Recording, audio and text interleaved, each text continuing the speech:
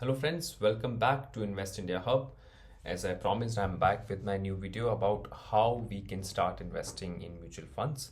हम mutual funds में कैसे इन्वेस्ट कर सकते हैं, specially for the beginners, people who are new, जो नए लोग हैं जो शुरू करना चाहते हैं इन्वेस्टमेंट, उनके लिए कि आपको कैसे अपनी इन्वेस्टमेंट स्टार्ट करनी है. तो there are multiple platforms in the market. You can see for example Zerodha is there. It's a very nice app which you can use. आप प्ले स्टोर से भी डाउनलोड कर सकते हैं, एप्पल स्टोर से भी डाउनलोड कर सकते हैं, और आप ग्रो के थ्रू भी इन्वेस्ट कर सकते हैं. आप दोनों आपको एप्पल पे मिल जाएगा, एंड्रॉयड में भी मिल जाएगा, और आप इंडी मनी के थ्रू भी डाउनलोड कर सकते हैं. There are multiple other websites also which you can use for investing. I use generally use two apps. मैं ग्रो के थ्रू इन्वेस्ट करता हूँ और मैं इंडी मनी के थ्रू इन्वेस्ट करता हूँ. Both are very nice. आप अपनी कन्वीनियंस के हिसाब से इनमें से कोई भी एक ऐप यूज़ कर सकते हैं एटलीस्ट, और अपनी इन्वेस्टमेंट स्टार्ट कर सकते हैं. So let's go, we can start.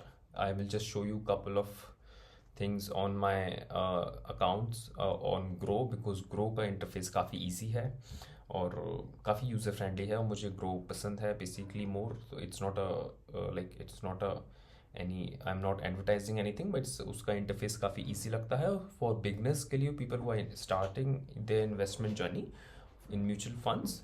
Grow का इंटरफेस आपको काफ़ी इजी लगेगा. उसमें काफ़ी आपको इजीली सारे म्यूचुअल फंड्स के डिटेल्स मिल जाएंगे. आप उनका बेसिकली कैलकुलेटर तो बहुत ज़्यादा अच्छा है. और तो let's start. I will take you to the Groww's interface. So let's शुरू करते हैं. यह है आपका ग्रो का इंटरफेस. अगर आप प्ले स्टोर के थ्रू डाउनलोड करते हो, या फिर अगर आप एप्पल स्टोर के थ्रू डाउनलोड करते हो, अगर आपको अपना डीमैट अकाउंट बनाना होगा, आप उस पर लॉग इन करेंगे तो आपको ये पेज मिलेगा. There are page for stocks as well as FNOs as well as for mutual funds. So आपको स्टॉक्स एफ-एन-ओज की तरफ देखना भी नहीं है अगर आप स्टार्ट कर रहे हो investing you should start with mutual funds only.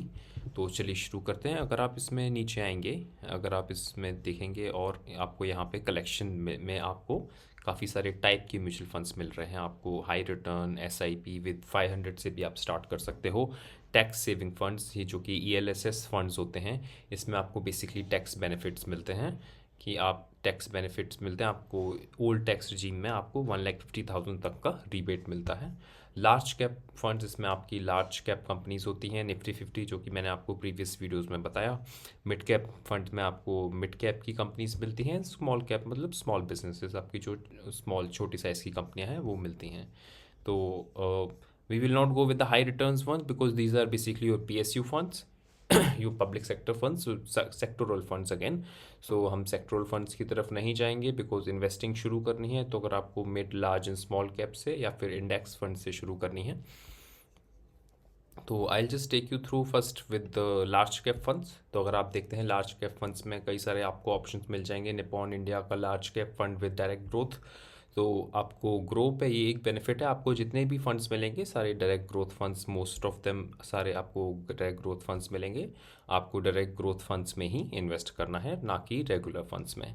तो अगर आप देखें फॉर एग्जांपल, आप कोई भी चूज़ कर सकते हैं अपनी लाइकिंग के हिसाब से. आपको एनालाइज करना होगा. मैं कमिंग वीडियोस में आपको बताऊंगा कि कौन से best large cap, best mid cap और स्मॉल कैप फंड्स हैं. तो अगर आप लार्ज कैप चूज़ करते हो, फॉर एग्जांपल, जस्ट एग्जांपल के लिए अगर आप चेक करते हो निपॉन इंडिया का लार्ज कैप फंड, तो निपॉन इंडिया के लार्ज कैप फंड्स में पिछले लास्ट 3 ईयर्स में और 5 ईयर्स में आपको 20.83% के रिटर्न्स मिले हैं, एनुअलाइज रिटर्न्स मिले हैं. अगर आप इसमें मंथली एसआईपी करते 5,000 रुपीज़ की फॉर 5 ईयर्स, तो आपको आपका टोटल इन्वेस्टमेंट होता 3 लाख रुपीज़. उस पर 83.30% का आपको रिटर्न मिलता, और आपके टोटल वैल्यू होता 5,49,000 अगर आप पर मंथ 5 ईयर्स के लिए एसआईपी करते. That's for past. Okay, so that's for this one. If I'll take you through other mutual funds, so I'll take you to one of the mid cap ones. So mid cap funds में भी काफ़ी सारे अच्छे mid cap funds हैं. आप में इसमें basically आप देख सकते हैं ग्रो ऐप के अंदर इसमें इन सबको रेटिंग्स भी मिली है, 4 स्टार 5 स्टार. सो इनकी जो रेटिंग का पैरामीटर्स रहते हैं वो on the basis of the performance रहते हैं। अगर इन्होंने बेंचमार्क को बीट किया होता है और उनका परफॉर्मेंस के बेसिस पे उनको रेटिंग्स मिलते हैं। सो 1 ईयर, 3 ईयर्स, 5 ईयर्स के जो रिटर्न्स हैं इनके ये हैं। इसमें टॉप पे इस समय मोतीलाल ओसवाल का mid cap direct growth fund है। लेकिन आपको ऐसा चूज़ करके नहीं देखना है कि जो टॉप पे चल रहा है उन्हीं में आपको इन्वेस्ट करना है। जो फंड्स आज टॉप पे हैं वो कल को टॉप पे नहीं भी होंगे, और जो फंड्स आज टॉप पे नहीं हैं या फिर नीचे हैं वो कल टॉप में भी हो सकते हैं। 6 महीने बाद, 1 साल बाद वो अगेन दूसरे टॉप में हो सकते हैं।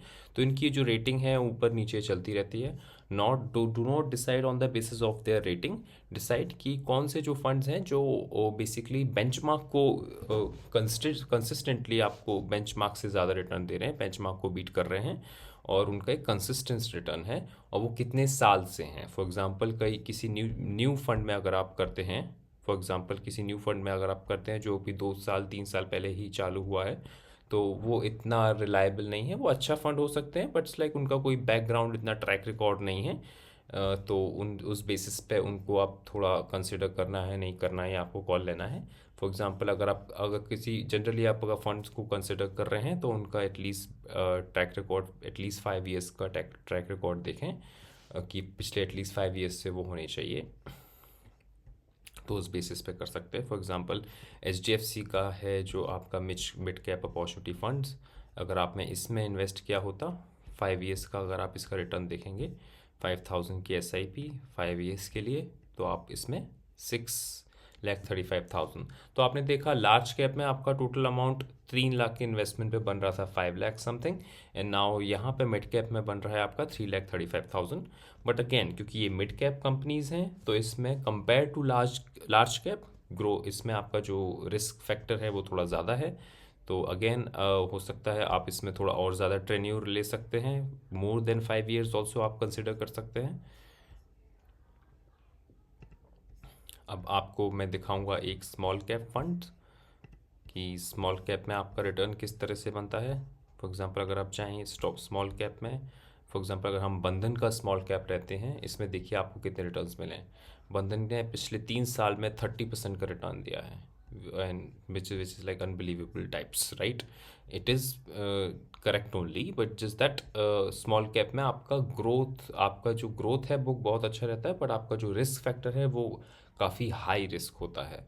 तो आपको लॉन्ग टर्म के लिए अगर आप स्मॉल कैप्स में इन्वेस्ट कर रहे हैं तो आपको कम से कम 10 ईयर्स का, 8 to 10 ईयर्स का आपका जो गोल रखना चाहिए। निप्पॉन इंडिया ने पिछले 5 ईयर्स में 36% का दिया है। बंधन स्मॉल कैप तो 5 ईयर्स का है ही नहीं इसमें, क्योंकि ये 3 साल पुराना ही फंड है। इसमें ये नया फंड है compare to other funds like Quant का जो स्मॉल कैप फंड है, और निप्पॉन इंडिया का स्मॉल कैप फंड है। तो निप्पॉन इंडिया 36% फॉर 5 ईयर्स, इसी क्वांट स्मॉल कैप फंड ने 47% का रिटर्न इन 5 ईयर्स। बट पिछले 4 साल 5 साल से मार्केट्स में कोई करेक्शन आया नहीं है, मार्केट्स बहुत अच्छे रहे हैं। But now you can see markets में काफ़ी करेक्शन आ रहा है, तो ऐसा नहीं है कि मार्केट्स हमेशा अप ही जाते रहेंगे। There is a correction pending you can say. तो कभी भी मार्केट्स करेक्ट हो सकते हैं, करेक्शन काफ़ी लंबा भी चलता है, तो उस टाइम पे ऑब्वियसली स्मॉल कैप फंड ज़्यादा अच्छा परफॉर्म नहीं करते हैं। तो इसलिए आप जब भी स्मॉल कैप में अगर इन्वेस्ट करें तो अपना लॉन्ग टर्म गोल लेके चलें। फॉर एग्जांपल अगर हम Nippon India small cap fund को चेक करते हैं, अगर आपने Nippon India small cap fund में 5000 की SIP की होती फॉर 5 ईयर्स, तो आपको टोटल 7,55,000 आपका टोटल अमाउंट हो सकता था। तो आप ये देखिए, अगर आप उसमें नीचे आएंगे तो उनकी होल्डिंग्स भी देख सकते हैं कि इक्विटी 90%, 95% इक्विटी, 4% आपका कैश इन्होंने होल्ड करके रखा है। किस किस सेक्टर्स में इन्होंने इन्वेस्ट किया है, इन्होंने फाइनेंशियल, कैपिटल गुड, सर्विसेज में, कंज्यूमर स्टेपल्स में, और केमिकल्स, हेल्थ केयर, ऑटोमोबाइल्स में कितना कितना परसेंट इन्होंने स्टार्ट करके रखा है। तो अगर आप देखेंगे इसके अंदर तो इसमें आप SIP स्टार्ट कर सकते हैं। You can just go to these apps and you can just check these funds like this. The interface is very easy. Then there's the option called start an SIP or do a one-time payment. That's called your lump sum. if you अगर आप lump sum भी कर सकते हैं, but आप monthly एक अपना वो बनाइए। आप हर मंथ कुछ कुछ अमाउंट की SIP करेंगे तो आपको एक एवरेजिंग मिलती है, तो आप एवरेज कर सकते हैं बेसिकली NAV को, और आपको अच्छे रिटर्न्स मिलते हैं। आप बेसिकली आप अगर आप मंथली इन्वेस्ट करते हैं तो मार्केट्स के ऊपर जाने नीचे जाने से आपको इतना ज़्यादा कुछ फ़र्क नहीं पड़ता, क्योंकि आप जब मार्केट्स नीचे हैं तब भी आप इन्वेस्ट कर रहे हैं हर महीने, मार्केट्स ऊपर है तब भी आप इन्वेस्ट कर रहे हैं, तो आप अकॉर्डिंग टू दैट इन्वेस्ट कर सकते हैं। So that's all about today's video, friend. You can please start your investing journey as soon as possible by using these good platforms like Grow, like Zerodha, like IndyMoney, or anything else that I have told you. That I am using these two apps, but it's good that you can use any one of them and you can start your journey accordingly. So thank you so much, friend. That's all for this video. So that's all about today's video, friends. I hope you liked the video, and I hope this was adding some value for the beginners who want to start their investing.